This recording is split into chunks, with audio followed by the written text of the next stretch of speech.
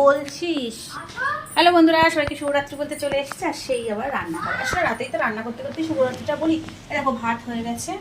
আর এই যে বলো তো বন্ধুরা, এটা কি শাক? এই দেখো, জানলে অবশ্যই কমেন্ট করে জানিও।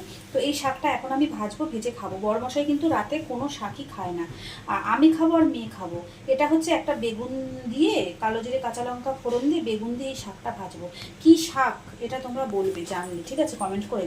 তো যাই হোক, যদি মেয়ে খায় ভালো, নইলে আমি একাই খাবো, কারণ আমার খুব ভালো লাগে খেতে। তো এটা খাবো। আর মাছের ঝোল রয়েছে। তো এই, আর বাইরের তো ওয়েদারটার কোনো কথাই হবে না, রোম্যান্টিক ওয়েদার, একদম জমিয়ে একটা লম্বা ঘুম দেবো, তার সাথে এই শাকটা খাবো। আর কি, একদম গড়গড় করে নাক ডেকে ঘুমাবো।